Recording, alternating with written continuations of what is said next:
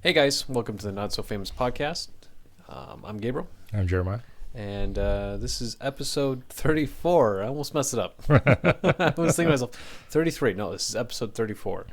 You just told me right before you started this. Yes. I'm actually getting 33 ready to be uploaded right now. Oh, really? Yeah. Oh, you haven't uploaded that yet? Well, the stupid thing takes so long to get ready to be uploaded. Mm-hmm. And so, yeah. And I have a life other than editing. We should hire somebody. Yeah. With all the money we have. Oh. So. But if you want to support us on Patreon, we don't have an account. But if you'd like to, leave a comment. Let us know if you would like to. Yeah. If you would like to support us and just give us money. Or anybody who likes to sponsor our videos, let us know. In the comments below. Yep. So, but what do you got for us today? Okay, so changing the subject from the coronavirus and all that, which we talked about last week. Mm. So we had a discussion a while back on what is the better series, Avatar: The Last Airbender, You went right to it. or Avatar Korra. See, What is it called? Korra. no, I can't even think of it now. It was funny because right before the podcast, you're like, if we have nothing to talk about, I'll bring up this. And it's the first thing you talk about. Well, I'm interested in that. You asked me. Legend of Korra. Okay. You're right. Okay. That's right. Legend of Korra. So, This is our nerdy selves coming out right now. that's right. So which one did I think was better? Yes. I thought both of them are fantastic. No, you don't. I really thought both of them were really good. I preferred Legend of Korra, though. Okay. Why? That was the first one I saw. You didn't watch The Last Airbender No, before Korra? No. You're So suck. my ex was like, "Hey, watch this one. This is great." So I finished Legend of Korra, and I'm like, "Well, that was fantastic. Great series to watch." I think I watched the first season, Last Airbender. So I did, and I was like, "That's really great too." But the first imprint of the show was Legend of Korra, so it stuck with me more, and I just liked that one better. I think I liked it a lot better because I like the characters a lot older.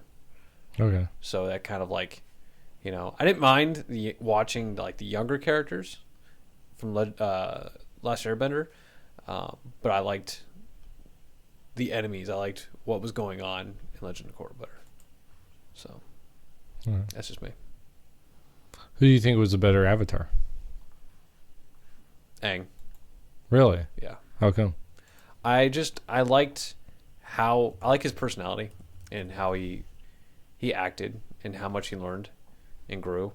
Korra was the same way. She grew a lot, but I just thought she was very arrogant and stupid for the first two seasons. And I don't know.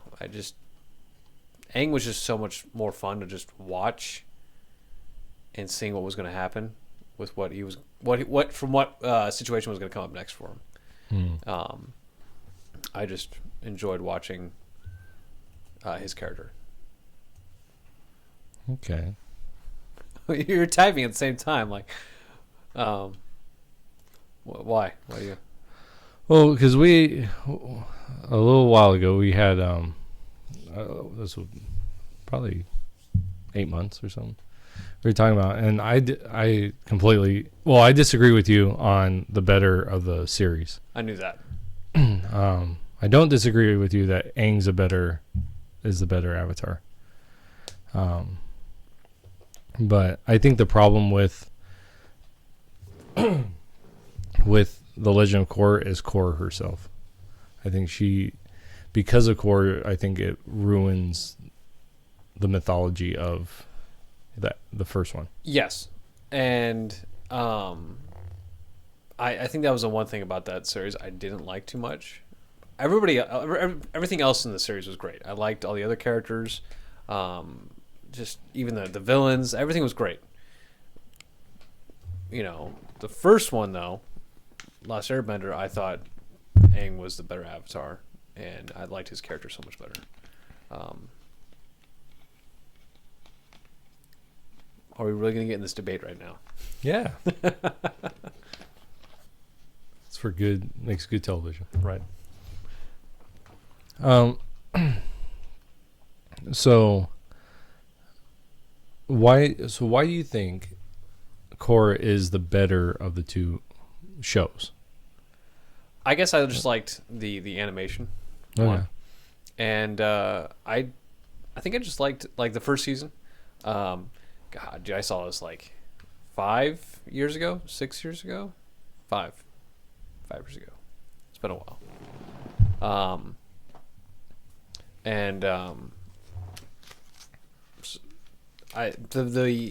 The main is a protagonist, right? Or no, protagonist is a good one. Yeah.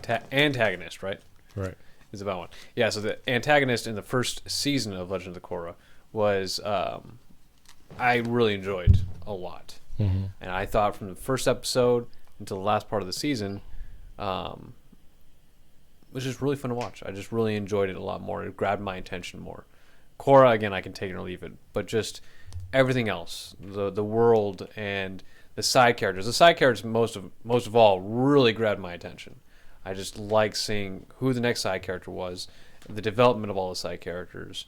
It just grabbed me a lot more. So I didn't. Let's go through the characters because I think that's. So of course you have Korra. We'll leave her for last. Let's talk about. Let's do a comparison. So we got Korra, Mako, Bolin, Tenzin, Asami. Okay, so I'll stop you right there. Tenzin, Yeah. my favorite character of the series. Both series or just that? No, just that one. Okay. I liked his character a lot. Who's your favorite character overall? Overall, Yeah. it was in the first. This is how long it's been since I've watched the series. Last Airbender, the old dude. Again, this is how far. It's the uncle. Okay, Iroh. Iroh, yeah. I really enjoyed his character. And there was an episode, I think it was just either it was based all about him or there was a part where he took a good majority of the episode. And it was just really great. And it was a fantastic episode. Mm-hmm. I really enjoyed. But I liked seeing his character and how he dealt with his nephew. Mm-hmm. Yeah, his nephew, and just the whole situation, the whole war that's going on, and then going back and seeing how he actually shows up in Legend of Korra. Remember that? Yeah. Okay. Yeah, You're looking at me world, like, in yeah, the spirit world. yeah, and because I didn't know that at first when I saw Legend of Korra. Right. And I was like, oh, who's this guy? Some old guy. Some old guy. Who cares?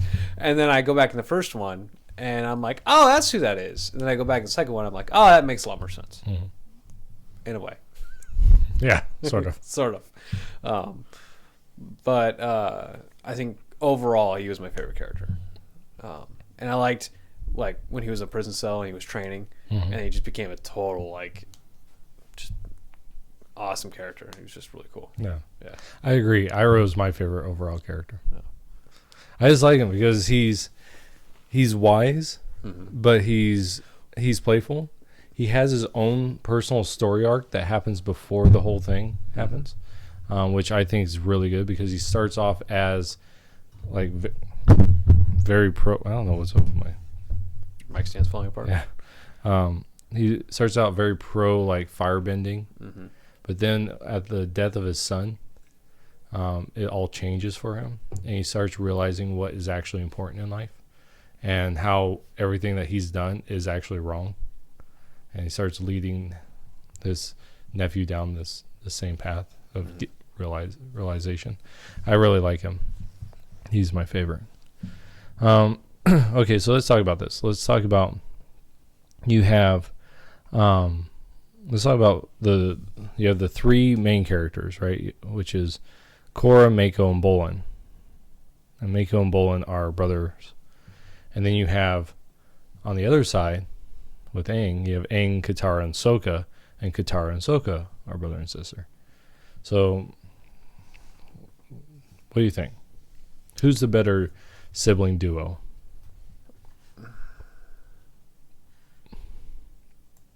I think I like the brother one from Legend of Korra, just because I have a brother, so it's just kind of like I can relate to some things, and just Right. That brother relationship. But I think I like the Legend of Korra one better. Last Airbender was really good too. Don't get me wrong. I'm not saying theirs was bad at all. I think it's just the age thing. I like the older aspect of the characters for me just watching it. I think that's why.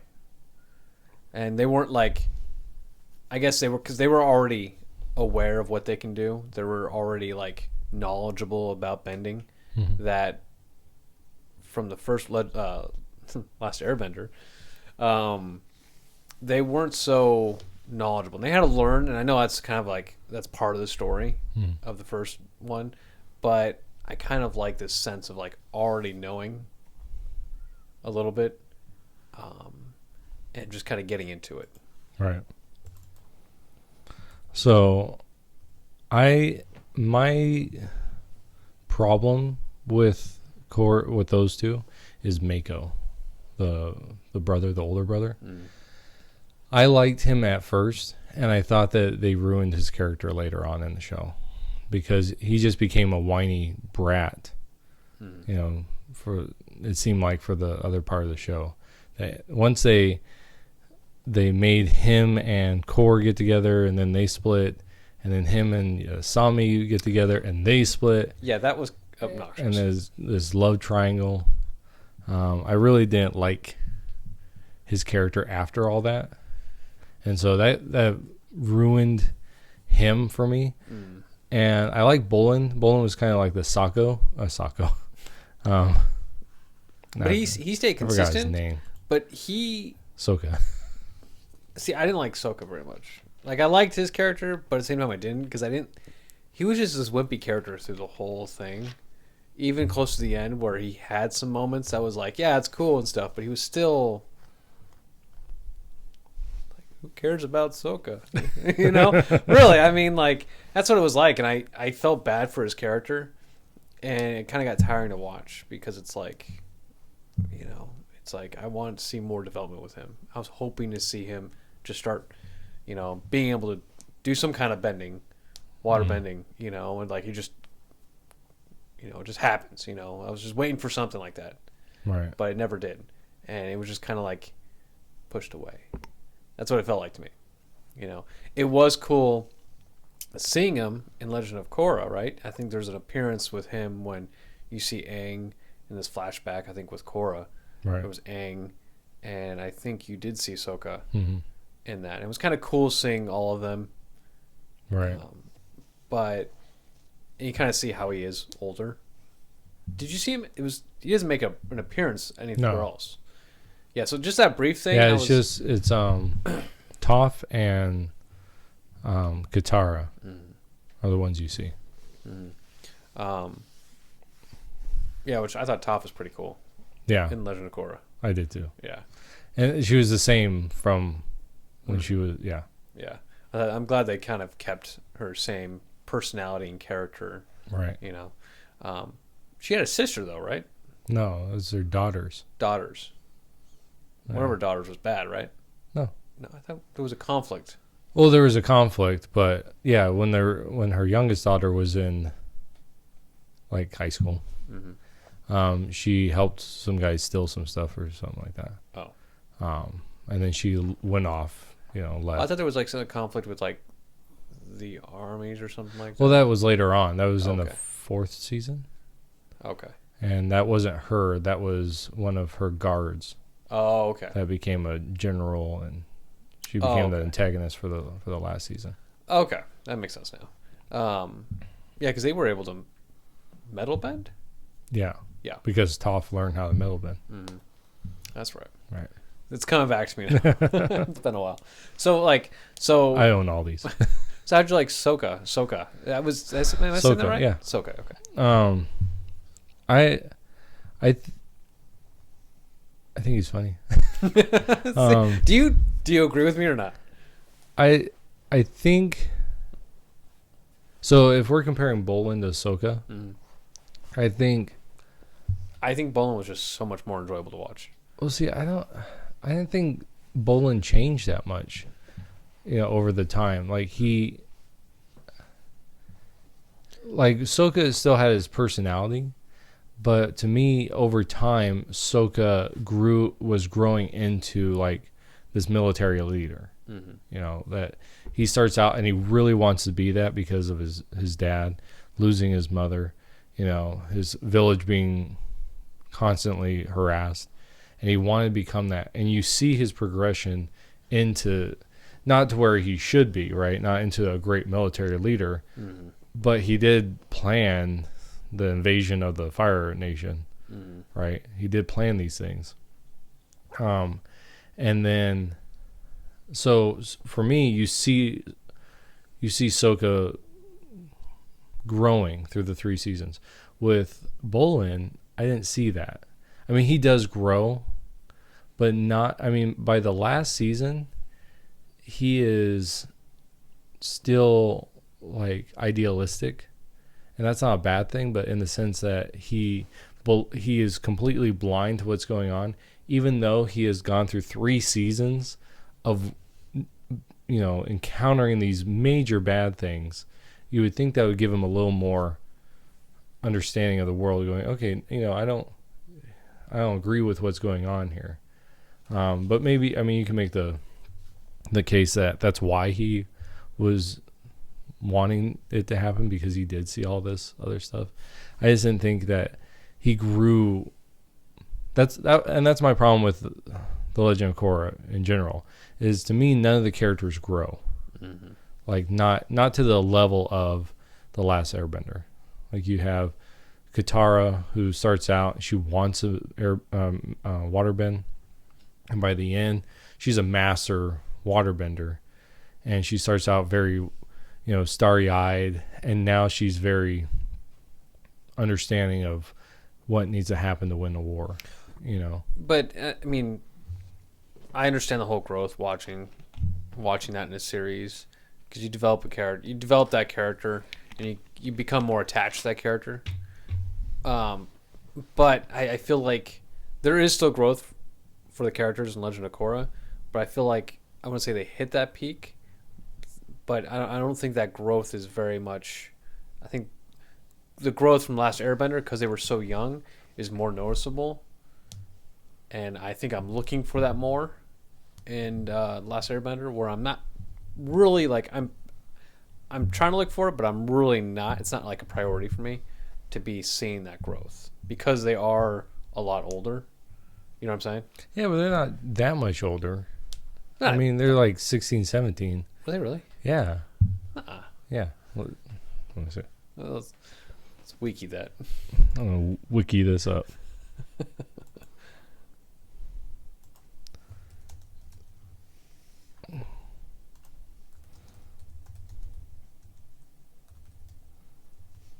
Yeah. So,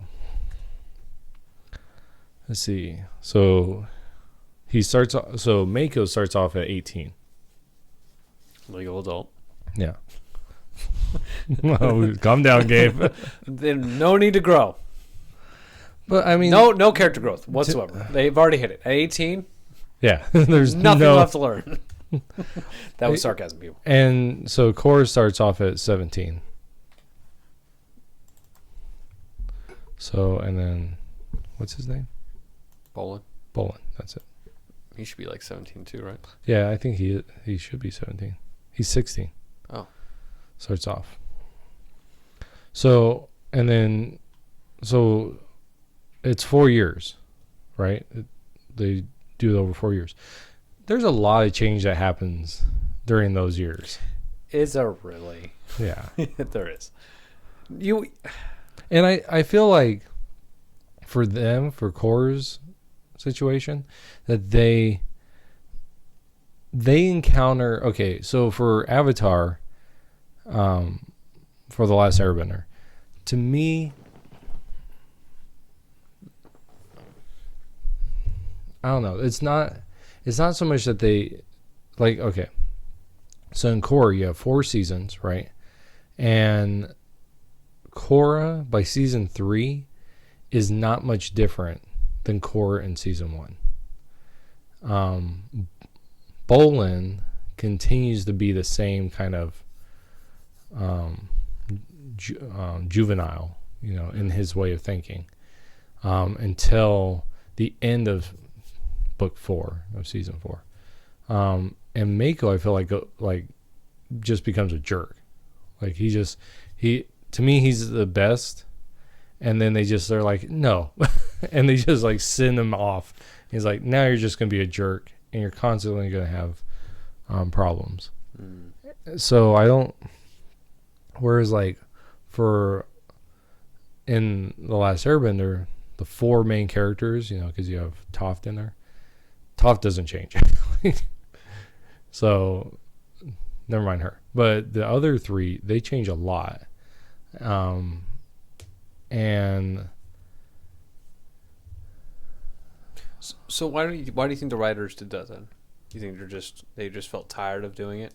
Well, I don't know. Because I think they put a lot of effort into Legend of Korra. Well, I do think that Legend of Korra, to me, it could have been really good, but I think it screwed the pooch.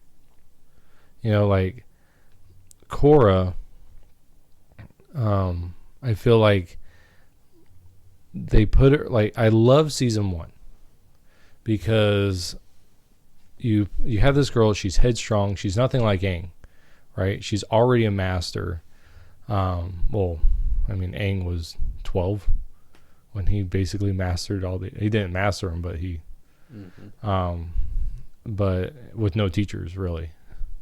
But so Korra comes and she's almost mastered everything except for air, which I don't understand why she doesn't master air. Like, to me, that should be one that she masters. She should have a problem with fire, because Aang had a problem with earth. That was his hardest to master because it was the opposite. And that's one of the things in the original series, they make that point is you're going to have the hardest one with earth because it's the opposite of air. So to me, she should have a problem with fire since that's the opposite of water. But she doesn't. Whatever. And I don't know where I was going with that rant. But her and Aang, if you put them next to each other, are very different characters, which is fine. And I liked that first season where she was headstrong, but then in the second season, like, she learned something in the first season, but then you go into the second season, it's almost like she doesn't learn anything. It's like starting from square one again. Yeah, and I felt like that was every single season. It's like they had to bring her back and restart her journey to learn something. This is why I didn't like her. Well, because I told you I like Aang better than Korra, and for that reason, why is her character was obnoxious. I guess because you didn't see any growth with her development. Right. With that, she just stayed very stagnant, and she was just very whiny. I don't know. I just didn't like her very much.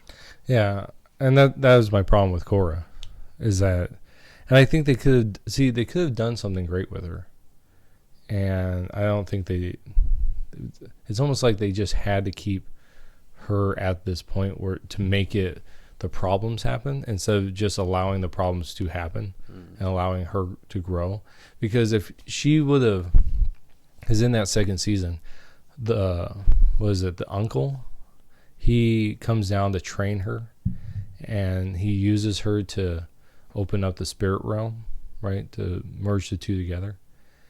And she's 18, so she's not fully like mature, right?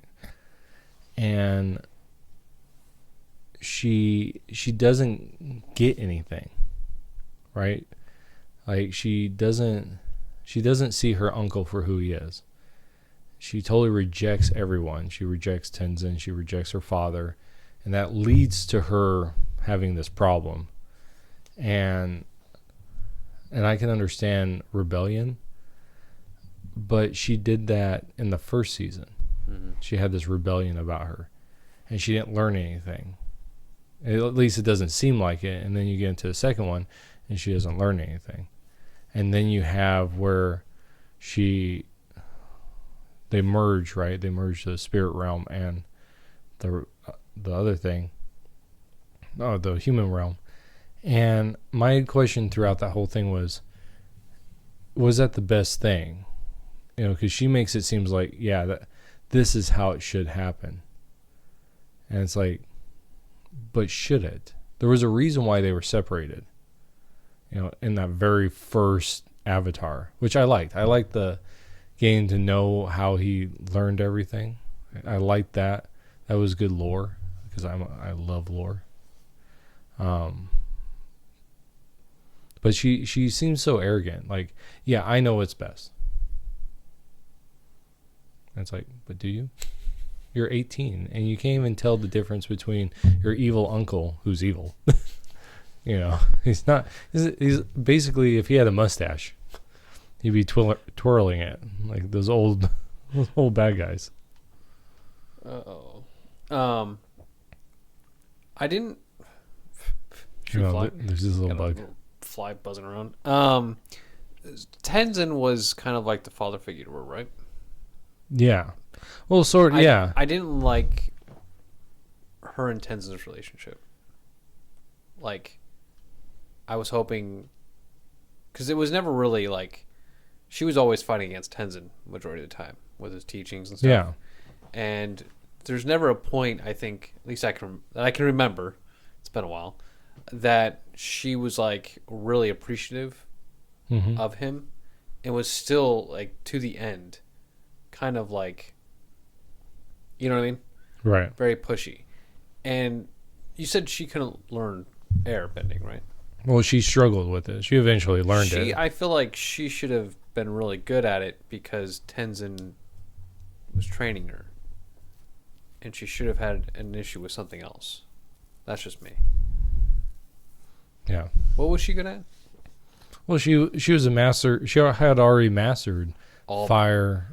All but air. Yeah, all but air. And she, like, they showed her at the very beginning when they found her. They're like, how do you know that she's the Avatar to her parents?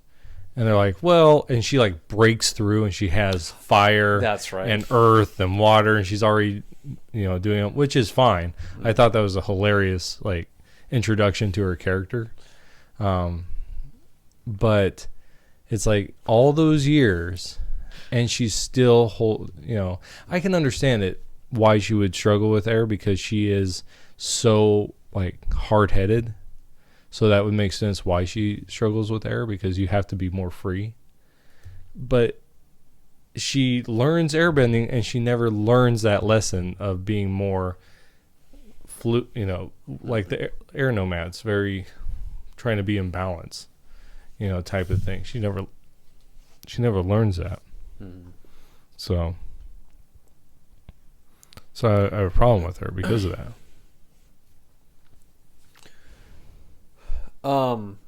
What was your favorite? I don't want to call it season book of Legend of Korra. I think I like season 3, where they are trying to destroy the Avatar, but she does it. That's another thing that I don't like about Korra. She destroys the Avatar state, and not the Avatar state, but the Avatar link. So she destroys that. And I feel like she almost does as much damage to the whole thing She does more damage than good. Yeah. It's pretty much the whole series. Yeah.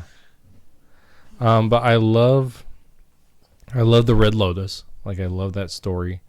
I love how here's a guy that doesn't have any bending ability, right? The main antagonist. And then because of her actions, which also again points to how she just does things and she never thinks through the possibility of other, of her actions. She's just like, oh, this is the best action. And then I do like the fact that the writers are like, yeah, but then that led to this, right? And so how that guy, what is his name? Zahir, how he is able to become an airbender, which I thought was cool. I thought it was interesting how that's how they restart the air nomads is by this thing, which I thought that's nice. But I really would have rather they found like the lost tribe of the nomads,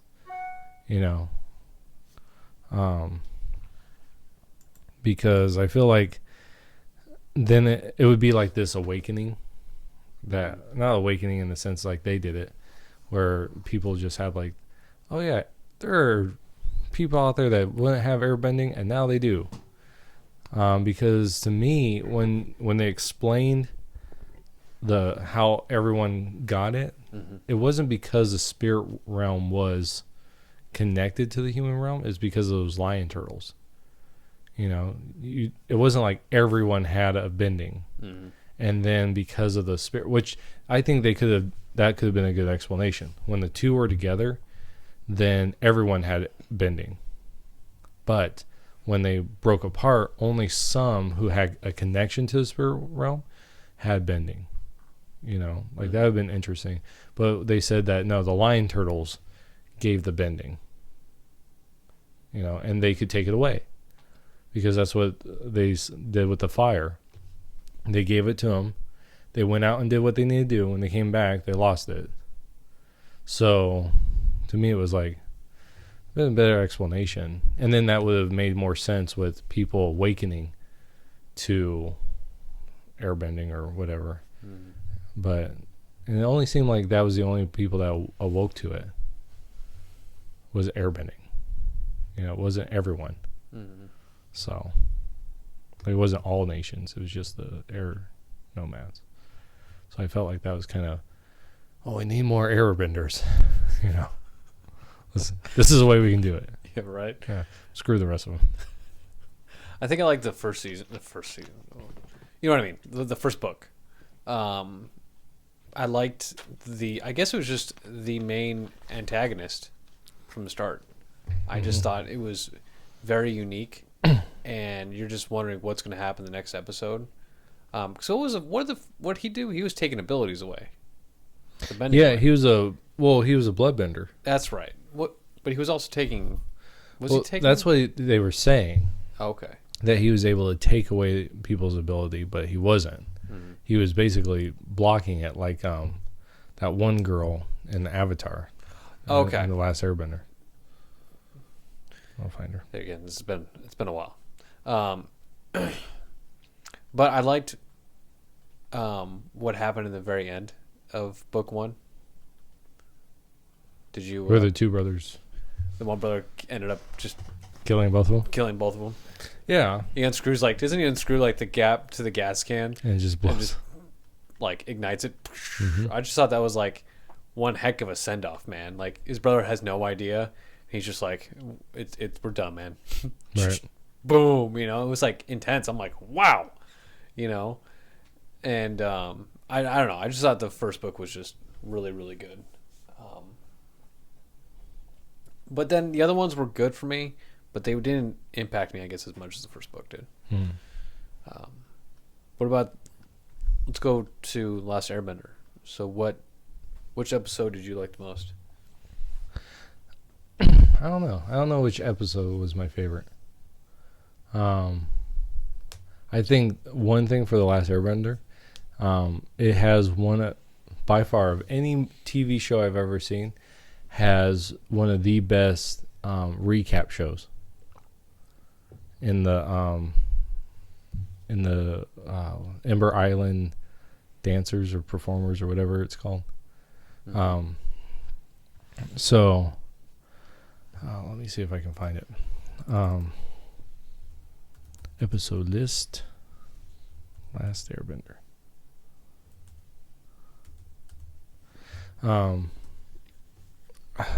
Yeah, I forget what it's called. It's like,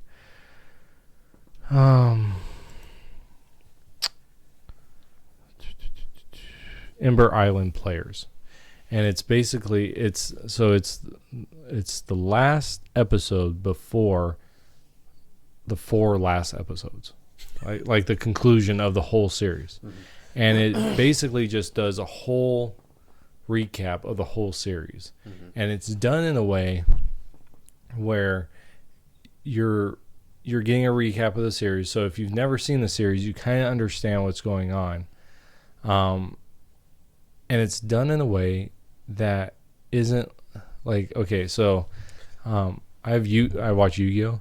And it's just all flashbacks, right? Oh, this and this happened, and oh yeah, and they're just flashing back. And most recap shows, that's what they do, is they just flash back. And this is a play, and it's told from the Firebending Nation's point of view. And they're like, yeah, this is pretty good. Like our principal cast, they're like, yeah, this is pretty accurate. And then there's one point where they're like, well, they're all caught up. Like, Ahsoka. I can't want to say Ahsoka, but that's from Star Wars. So Ahsoka stands up and he's like, yep, that's it. And they're like, no, it's not. How are they going to tell the future? Like, he's like all freaking out because of it. And then like the last Airbender, or the Fire Lord wins. And that just brings them to this realization that, oh my goodness, we could lose this, and I really like that. I thought that was so I wouldn't say that's my favorite episode, but it is my favorite, like, recap of anything. I'm just going to look through some of these. What about you?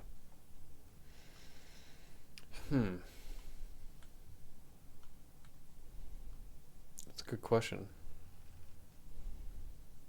I liked how, I think I liked the episode where bloodbending, you didn't expect it to be the old lady.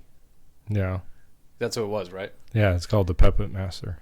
And it was just really eerie and creepy, because you just learn about it and you're just like, whoa, like, that's creepy. Like, who would do that, And it was just a kind of a creepy episode for the series, because it kind of took like a darker turn. Yeah. And you're just like, whoa, I think I liked that episode the most, just because it was very different than what you're normally used to. Right. Just kind of like that really dark hole in the series. You're just like, ooh, and then afterwards it came, turned back to normal. Right. So I think that I like that episode a lot. Yeah. So again, man, it's been a while since I've seen the series. Yeah. I'm surprised you remember so much.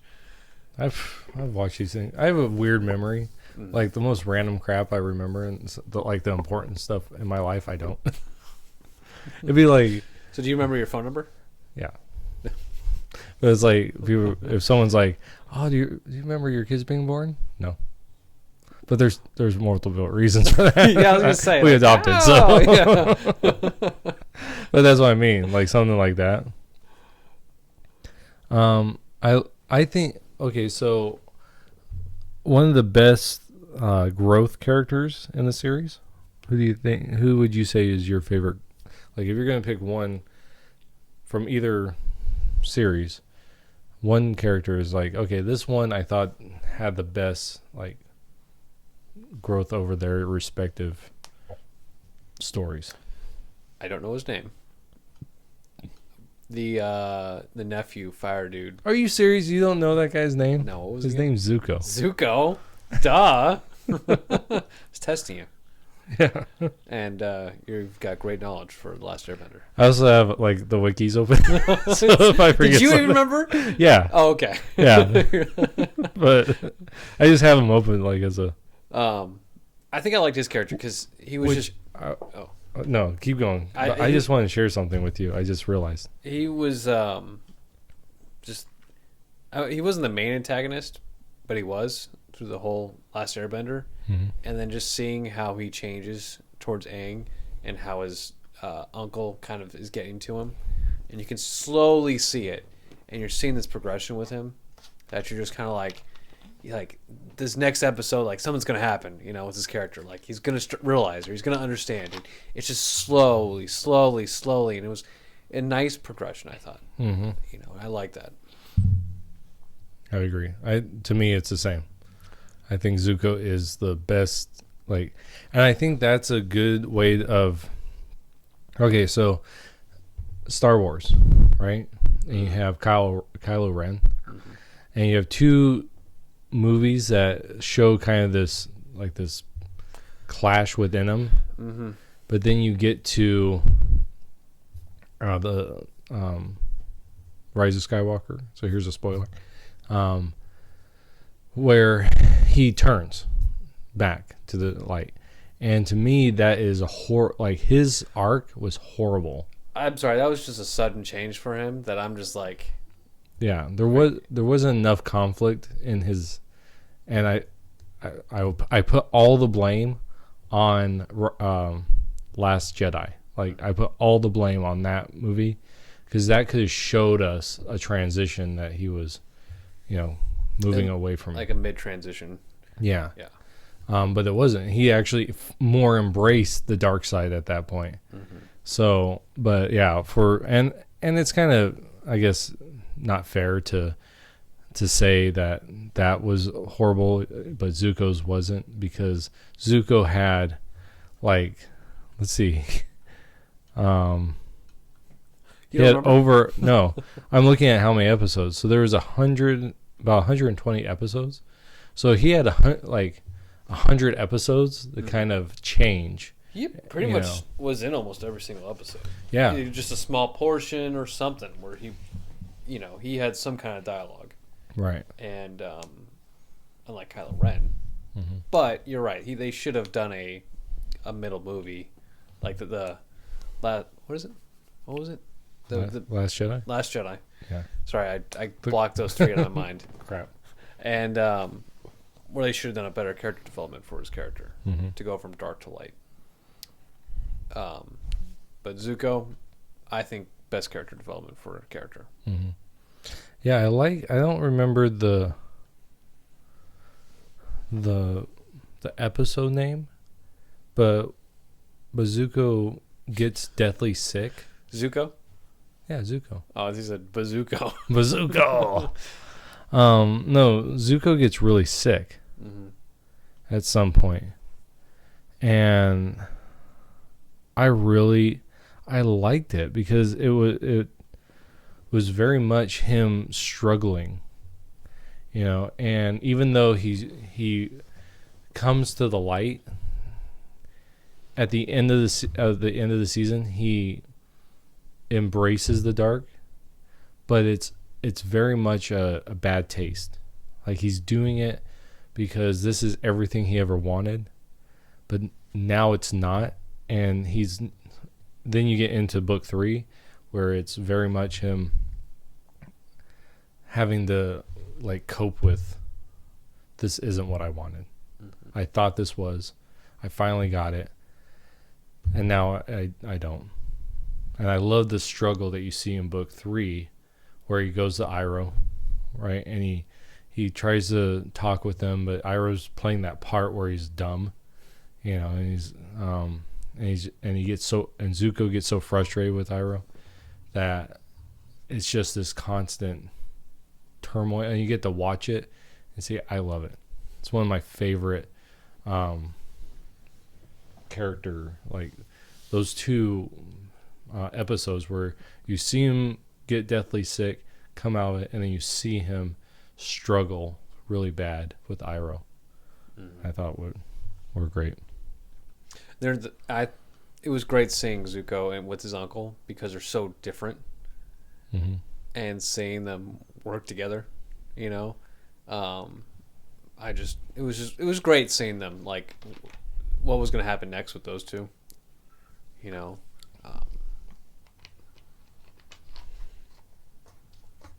Okay, so this is crazy. I'm waiting for like the next. Well, I just learned this right now. What? So, do you know the name Dave Filoni? Have you heard that name? That last name sounds familiar. Okay, Dave Filoni. Dave Filoni is. Makes me want like pasta. Yeah.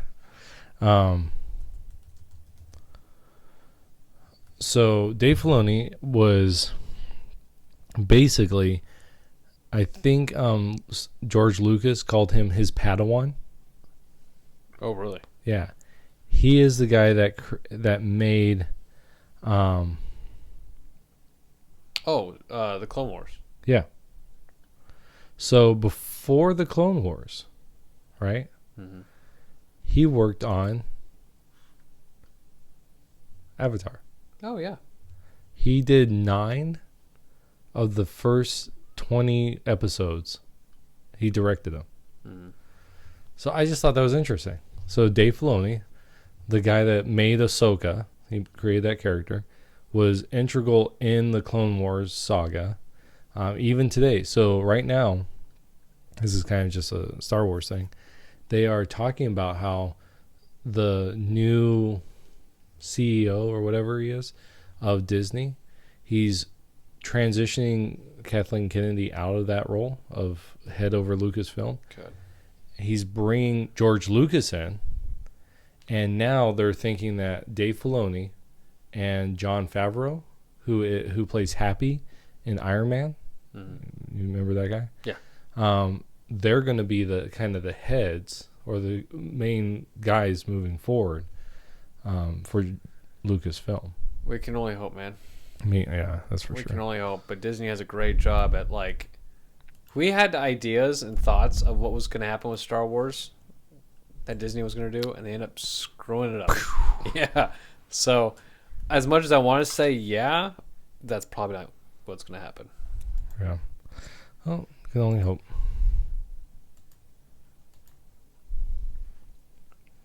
So I can finally upload our last podcast. Finally. So speaking on, since we're on the topic of like, because it was like, would you call it an anime or a cartoon? It's cartoon. Yeah, it's a cartoon. It takes a lot of anime like thoughts, Stuff, but it's Western. It's cartoon. Yeah. I've had some people go, it's a great anime. It's a cartoon, people. Yeah.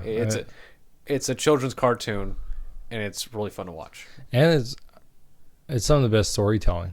It really is. I thought they did a fantastic. It's like watching Samurai Jack. Did you watch Samurai Jack? Yeah, I really like Samurai Jack. I didn't see the last. I think they did one last season. Yeah. I didn't see that. I didn't see that either. I only got to about.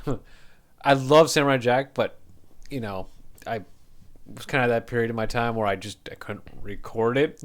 Didn't have that luxury at the time. Right. So, I saw a lot of episodes. Probably weren't all in the correct order, but it was great.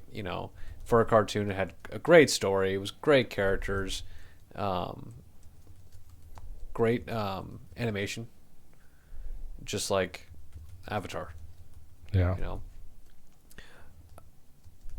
Have you watched? You don't watch cartoons anymore, do you? Well, Your kids aren't an excuse. Okay. Do you watch cartoons anymore? not really. No. If it's something I find interesting, like if I hear about it and I'm like, okay, I'll check that out. You watch Star Wars, Clone Wars, though. Yeah. Yeah. And when it comes out on video, I'm definitely buying the season, just because I'm going to see it. I hear it's really good. So far, the season 7, I hear it's really good. But I want to watch it all at once. I don't want to watch this piecemeal stuff that they do. What did you used to watch when you were younger? Were you even into cartoons back then? Yeah. I watched everything. Like Batman. So I grew up in cartoons late 80s, early 90s. Well, I watched cartoons until I couldn't watch cartoons. Never stopped watching cartoons. Yeah. But let's see. I love Tailspin. I don't know if you've ever heard that. So it's basically, you know what the Jungle Book is? Disney's The Jungle Book? Mm-hmm. Okay, they just took the characters from that and put them into like this flying world where Baloo has like a plane. Shere Khan is the mayor of a city. it's really cool. Just a really fun. Louis is like this bartender. Oh, maybe I didn't see that one. It's just a really fun, like late 80s, early 90s. Can't remember what it was. DuckTales. Did you watch Boomerang? Is that what you were mostly watching, or No, Boomerang was a lot later. oh, was it? Oh yeah, Oh. this is stuff when it came out. Oh, this is when it came out. Yeah. Oh, okay. But and then Darkwing Duck was I remember probably that. was probably my favorite, like, of those Disney shows. Mm-hmm. And then Batman the animated series, X-Men, Spider-Man. Those all came out at the same Those time. 90s superhero. Yeah, Yeah, really those were- nice. Those really like X-Men, Batman, Yeah, but see, you watched them Spider-Man. like when you were older. It was like mid. I watched them when they came out. You're right. You're right. The You had- Fox box. That's what it was. Great. Yeah. Rub it in my face, Jay. That's right. But no, I mid 90s to late 90s. I you know, but watching those classic like 90s superhero was great. Those Yeah. were like the times where like school's out, gonna go home and watch me some like Batman go beat up the Joker. Right. You know. And I have to say, like, Batman the animated series still holds up today. Like, when I watch it, like, I'll watch Spider-Man, and it's good. It's still good.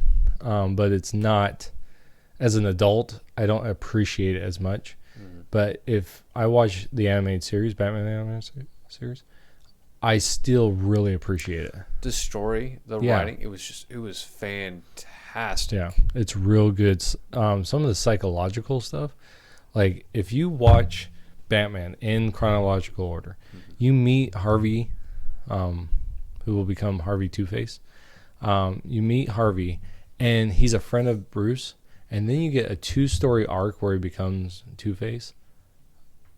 It's really, like, as an adult, you watch it and you go, dang, this is really like heavy stuff for kids.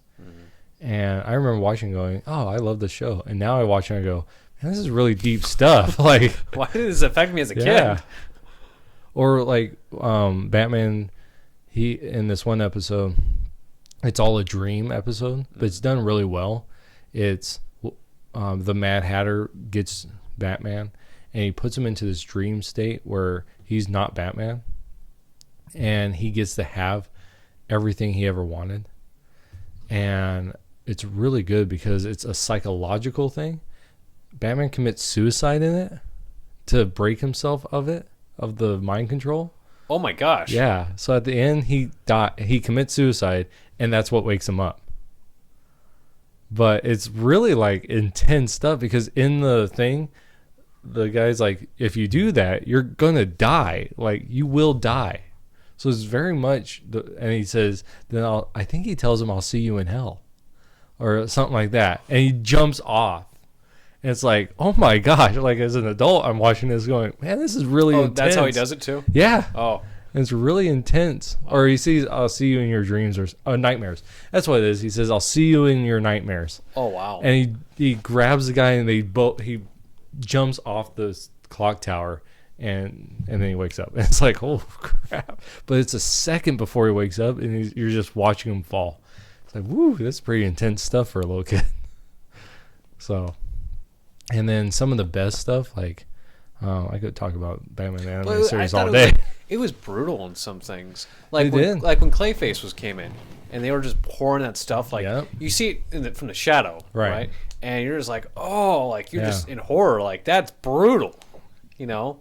Especially for like a cartoon. At least for me, it was a cartoon. Like that's, you know, I know That you was won't see stuff like that today. just the way like the gurgling and just the way like the character was going through Yep. as you're watching this. It just looked horrific, you know. It was. Gosh. But one of the best, if you've never seen it, you should watch this this episode. It's called I Almost Got Him. It is the funniest, greatest episode probably of any series anytime. Oh, is that the one where they're all sitting down Yeah, and playing poker? they're playing. And they're going around. Right. See, you showed me that episode because I didn't watch all of the '90s Batman, and I really wish I could. But you showed me that episode, Yep. and we're sitting down in the little man cave, and we were watching the episode, and they're all sitting around talking about how they almost came close to catching Batman, and it was all around in the area, right? Is all the PD, Yeah, the cops. yeah, Batman's right there, and it was that was a really good episode. Yeah, and as you're watching it, so once you watch it, you understand the joke. But when you're your first time watching it, and there's this, so it's Joker, Penguin, Poison Ivy, Two-Face, and Killer Croc. I think those are the 5. Yes. And they all tell a story of how they almost got him. And what? I know you're gonna go by Killer Croc. Yeah. And Killer Croc slams his fist on the table and goes, "I almost got him." They're like, "What'd you do?" "I threw a rock at him." It was a big rock. It was a big rock. And the guy just dismiss him. But then at the end, you find out, and this is a spoiler, so if you never watched this show, you need to stop this. Go watch the show. You can find it on probably anything. So go watch it and then come back. But here's the spoiler. At the end, you find out that Killer Croc is Batman. And you go, he played that role of Killer Croc perfectly because none of them even thought. And that's great. And then the lighting, how it like moves. Like, I love how he like throws Joker and Joker says, "Was it something I said?" And then the light moves and it just shows the Batman, like his cowl and everything. And you realize then it's like, yeah, they all take a gun and they all point at him, and then all the PD is surrounding them. It's so good. That's a great episode. So, but one of the other ones, like it was later, I think it was with the Justice League, right?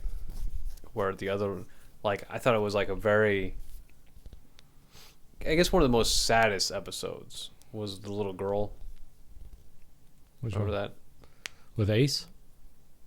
I'm trying to. No, I think she ends up dying. Remember that? Batman, like, was holding her, like, on the swing set. Yeah, that's Ace. Okay. Yeah, Justice League Unlimited. Mm-hmm. Yeah, so Ace is part of this group that is developed by, I think it's Cadmus, and they're called the Royal Flush Gang. And then Ace has these mental powers. Yeah, and if she dies, has an aneurysm, she's going to have an aneurysm. She's going to die. And then, yeah, they send Batman to go in and kill her. Because he's the only one that would be willing to do it. But instead, he sits there and holds her hand until she dies. Oh, man. Yeah, That's a great episode. You know, it's weird because, like, the darkness from, like, how dark the 90s Batman was. Because Justice League, that was 90s still, right? It was like late 90s, like So, early 2000s, I think. The transition from, like, the dark 90s Batman into the darkness from that series was still with that Batman. He Right. just moved to the Justice League, and you still see that in him. So watching the Justice League, you still get that 90s Batman, like that animated series Batman still. Right. And you see him through the whole thing.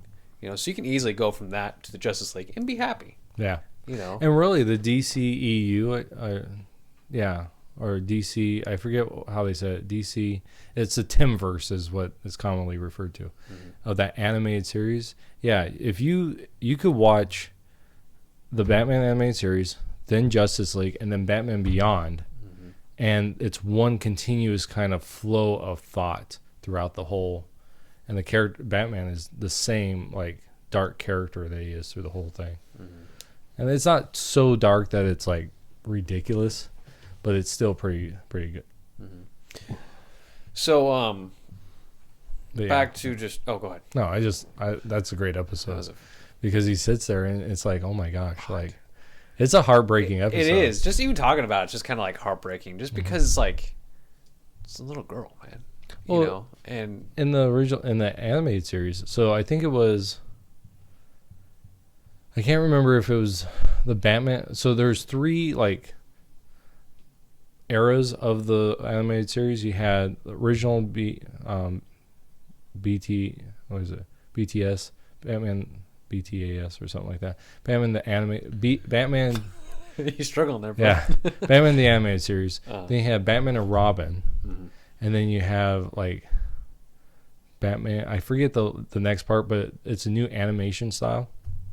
So, or the New Adventures of Batman or something like that. Anyways, so there's this character. She's a little girl. Well, she played this character as a baby or as a little girl, but she can't grow up. Like as far as physically, she has a disease, and so she gets into this psychotic breakdown of not being able to grow up.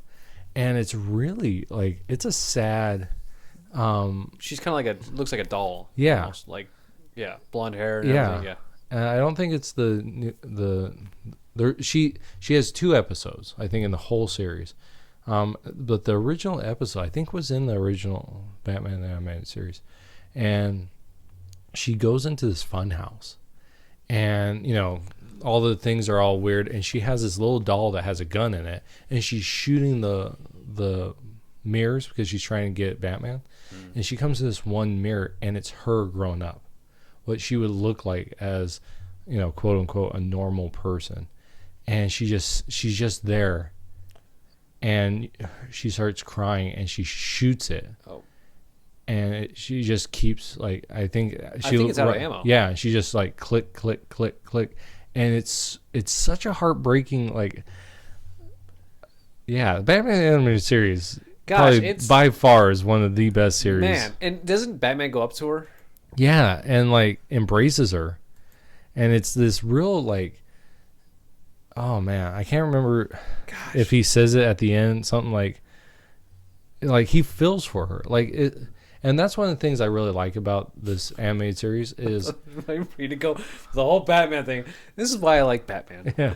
Well, no, just like this series, because his desire really is for the betterment of these villains. Like there's an episode, I think it's called Harley's Day Out or something like that. I can't remember because there's 2 very similar episodes, but this one happens in the original Batman series.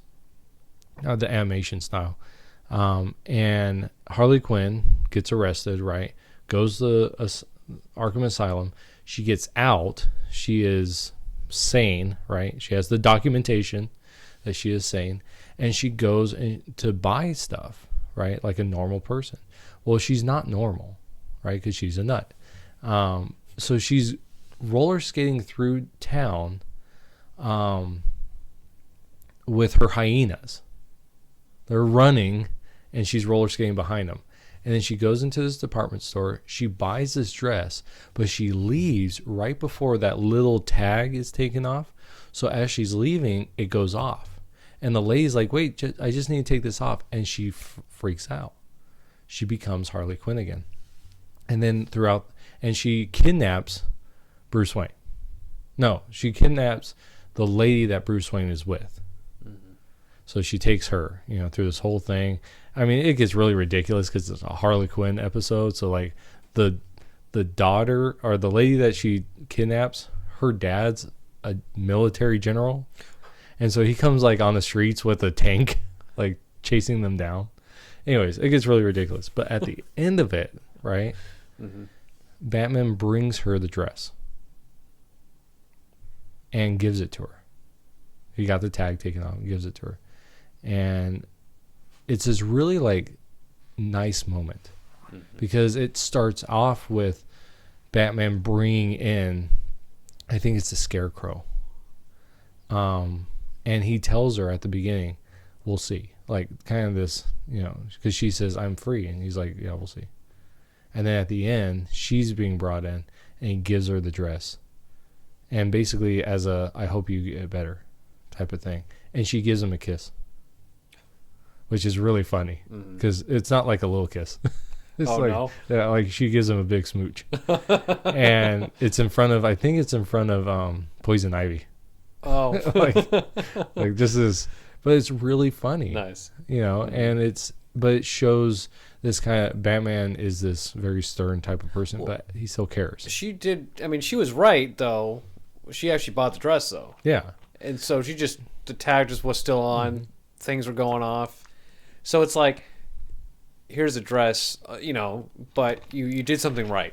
Right. You bought this. This is yours. Yeah. This is you have paid for this. Yeah. That's a really good episode too. Yeah. There are so many good episodes. Yeah. There's so many like. You want to go watch it now? I know. Man, you bought the series? I had right? the whole series. You did buy it. Yeah. It's like $100. Who cares? It's a really good series. Is that how much was it? I don't know. I think it was like 50 or 60. Oh. But what was another good episode? You learning about Dick Grayson, like his backstory. That was a really good. Like it's a 2-part series. That was really good. That was a detective that Bruce Wayne liked, right? No. So you find out that who killed Dick Grayson's family? Wait, who's Dick Grayson? Robin. Oh, what? Wait, what was the one about the detective that Batman liked? Wasn't there one like that? Was there something like that? Maybe that was different. I thought there was an episode where there was he partnered up with this other detective, this old cartoon. Oh, yeah. So that was good. The Gray Ghost. Okay. Gray Ghost. So I'm not losing my mind. I'm not thinking of some other cartoon. So the Gray Ghost one where the Gray Ghost. So in the mythology of Batman, the movie that Batman goes and sees with his family is Zorro. Okay, so that's the mythology. But in the animated series, he goes and sees this movie with the Gray Ghost, and the Gray Ghost is basically like a fictional Batman, and it's played by Adam West, who was Batman in the 60s. That's right. And so he teams up with them, and later on, so Batman tells Gray Ghost, the ghost is having problems, right, financially and everything. And basically, it mirrors Adam West, because after Batman, Adam West gonna get shows other than being Batman, because that's what he was always known for. And so it's really cool. They brought this Gray Ghost, and that it showed basically his life. Wow. And so anyway, Batman, yeah, it's great storytelling, man. So Batman tells him at one point, he's like, I used to watch the Gray Ghost with my father, and something like he gave me hope, and that changes it, right? Well, at the end of it, there's a renaissance for the Gray Ghost in society, and Bruce Wayne approaches him at this signing, and he says, "Could you make out the Bruce? I used to watch it with my father, and it always gave me hope," or something like that. Same thing. And the Gray Ghost looks at him and goes, he realizes this is Batman that's standing before him. And it's just this cool, it's such a great story. There's so many of those. Like, seriously, if you've never seen Batman animated series, you have to watch it. One of the best lines through the whole thing, very first episode, he says, "I am vengeance, I am the night, I am Batman." And just this, in Kevin Conroy's voice is Batman. Like he's the one that, if you ever play the video games, the Arkham series video games, he's the voice in that. No one will be Batman as good as Kevin Conroy. But so what was the episode you were talking about before I went ahead and I don't know. Rudely interrupted. It was about Robin. Oh, yeah. So that's just a really good, it shows you, so Batman's already been, Bruce Wayne's already been Batman, right? And then he goes to the circus. Dick Grayson's parents die. He takes him in, right? Eventually, Dick is trying to actually go find the guy that killed his parents, and actually finds him. Batman's trying to find him, but Dick Grayson actually does find him. And because of that, and then the guy escapes. Because of that, we find out that's why Batman makes him Robin. That's why he brings him in and teaches him to be Robin, is because he has this desire. And I love, so you know that, right? Later on in the Justice League, not Justice League, Young Justice series, completely detached from this universe, right? Mm-hmm. But there's this point where the Justice League are sitting around and they're deciding on new candidates, and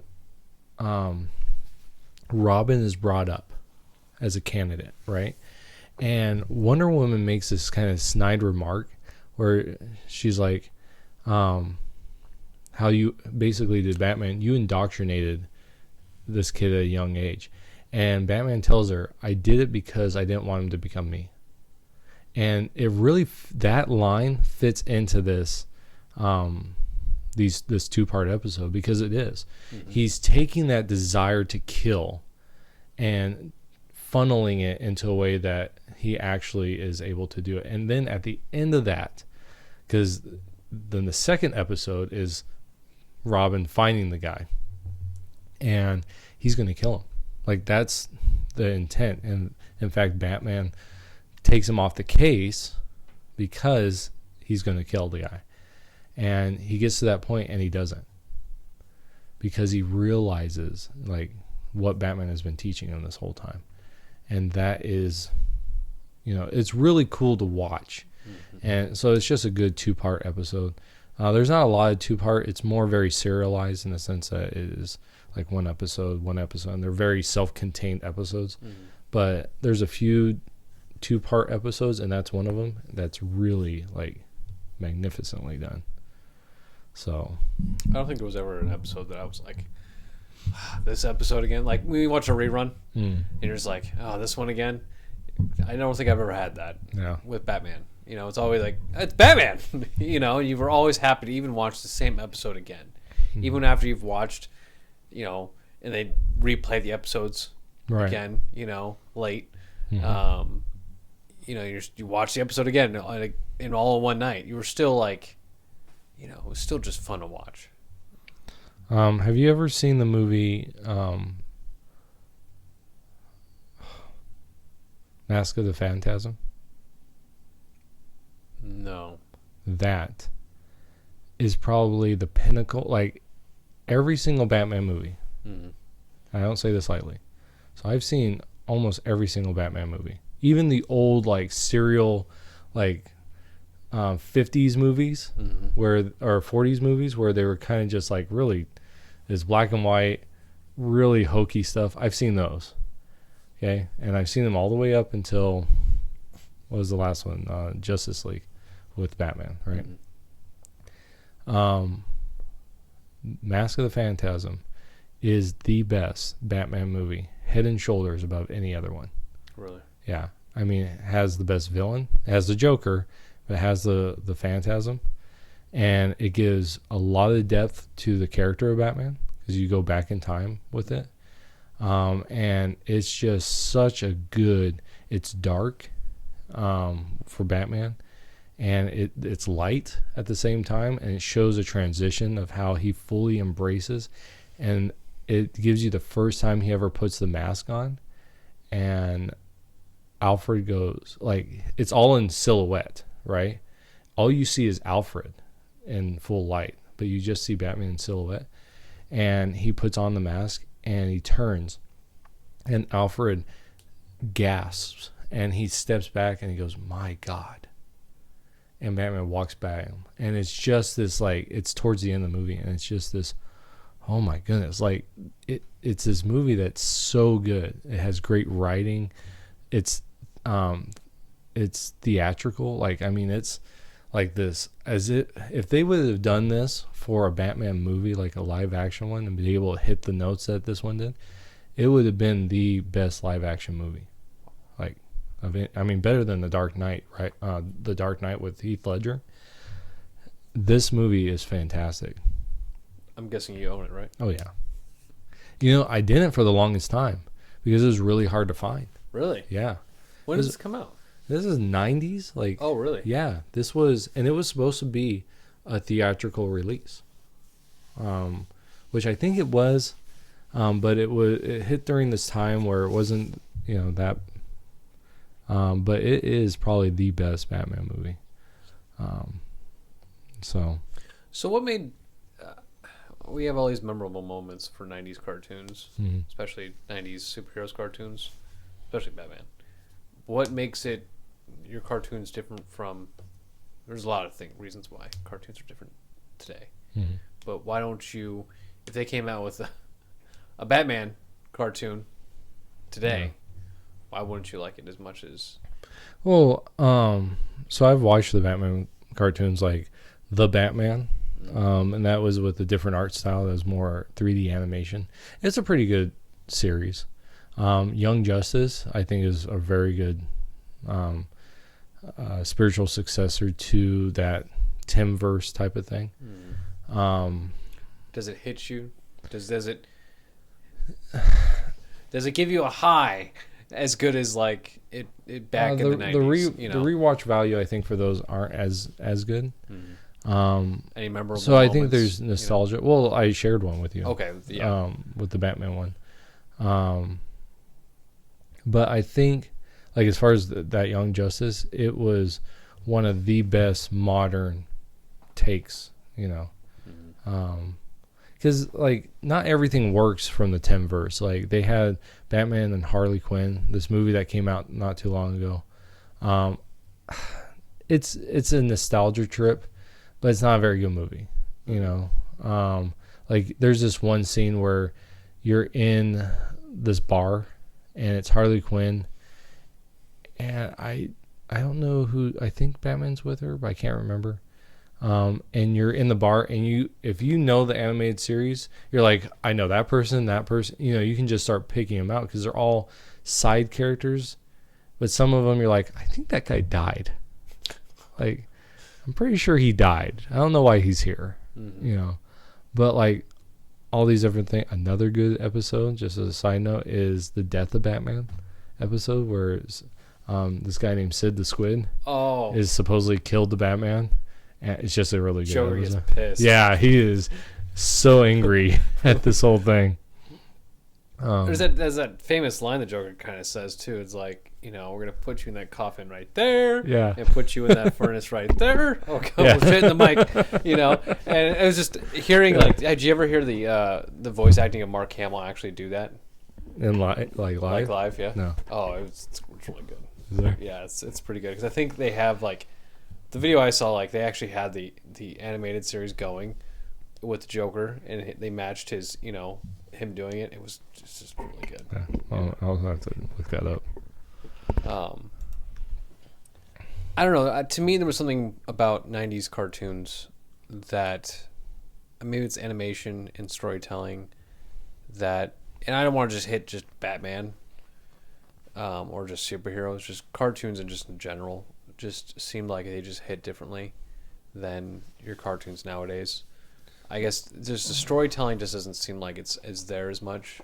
Well, or character developments, or just really, I just feel like they're just there to amuse and not really to just, that's what they're for, but I just think they just hit that just very top layer of just amusement, just the little bit of amusement, we reached that minimum level. Yeah. Where in the 90s they're like, how can we make this the best show possible? Well, I think a part of it is, well, I don't know, because I hear Gravity Falls is really good, it's lore, and I'm trying to think of other shows that I've watched. Well, Avatar. We started with Avatar. Avatar is a really good show. And for all the things I don't like about Korra, I think Korra is a good show. Just not your preference. Yeah. I mean, if I was going to take one, I'd definitely take, The Last Airbender. So I think there are shows that are out there that are like that. But I think even with the animated series, the Batman animated series, I think that was lightning in the bottle, because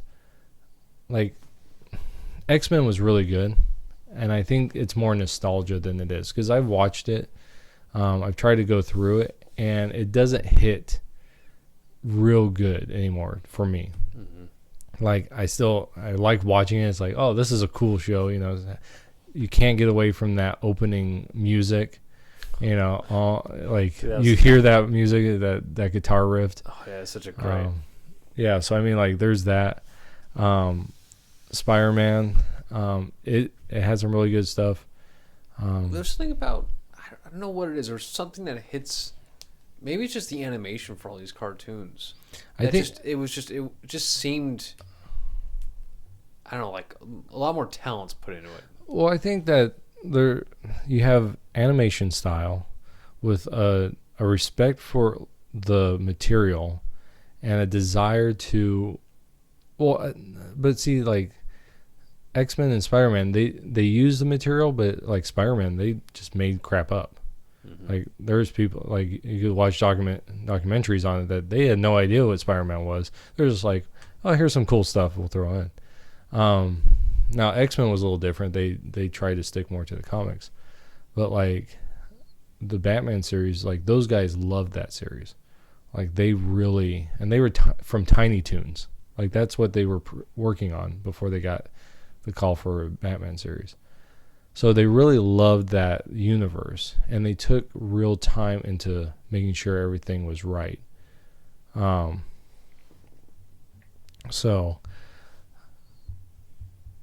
But I think for me, I think it is the animation style is the opening. Like for me, a lot of the things, like I was talking to Jack, who really likes Gumball, and Phineas and Ferb.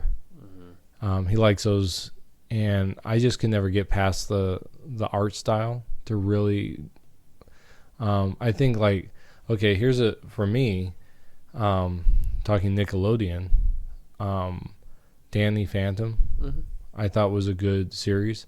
Not on the caliber of like a Batman series, but it was a very good series. Mm-hmm. And it had the same art style as Fairly Odd Parents, which mm-hmm. I didn't think was as good as Danny Phantom, but I agree. But it was more popular. It was, you know,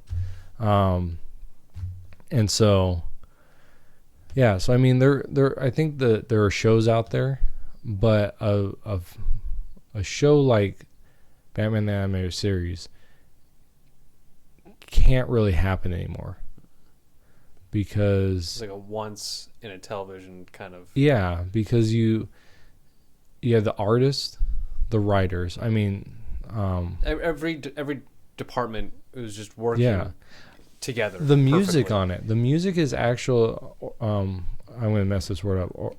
Orchestrated. Yeah. Well, yeah, it's orchestral. Yeah, okay, it's cool. an actual physical orchestra. Mm-hmm. Like most music is canned, right? Mm-hmm. They do an orchestra or they do some music and it's put in and then it's put into the series. This is actually music developed for this series, and it's a live orchestra doing it, and so it's not just your common stuff. You know what I think it's solidified more for me though is at this time video games are coming out about like these like Spider-Man mm-hmm. that came out for the PlayStation 1, and I believe it had the same voice actor that's from possible. The animated series. So like and even just you started like you weren't just like watching it, you also got to play it. And more products about these shows were coming out, little handheld video games and stuff. It just little things were coming out about them, so it kept you more involved. I don't see a Phineas and Ferb video game coming out. Yeah, that's for sure. Well, I'm sure it does though. So I don't know. I think that's why it impacts me more. That's just me. So how long have we been doing this for? About an hour and a half. Oh well. So we can stop there. Well, yeah. This is one nerdy podcast, man. Well, we went from COVID-19 and politics to animated shows, man. Maybe next podcast we'll talk about D&D, which we actually haven't really yet. Yeah, not we actually really haven't had a podcast where we actually sat down and discussed our campaign. Right. And maybe we'll do that after our last session of your campaign. Yeah. You, me, and Jack. Oh, you do Yeah, that. we could do that. Probably cool. Yeah, our last session. Our last session for D&D is going to be Saturday. Yeah, I'm excited for that. So. But all right. Well, you have anything else? No, I am good. All right. Well, hey guys, if you guys like this podcast, go ahead and hit the like button. If you guys want to see more, hit the subscribe button. And if you guys want to get notified when we go ahead and upload a video, hit the bell. And if you guys want to leave a comment, leave it down below. But we'll see you guys in the next episode. Real quick, we're never going to talk about Tiger King because I'm not watching it. Oh.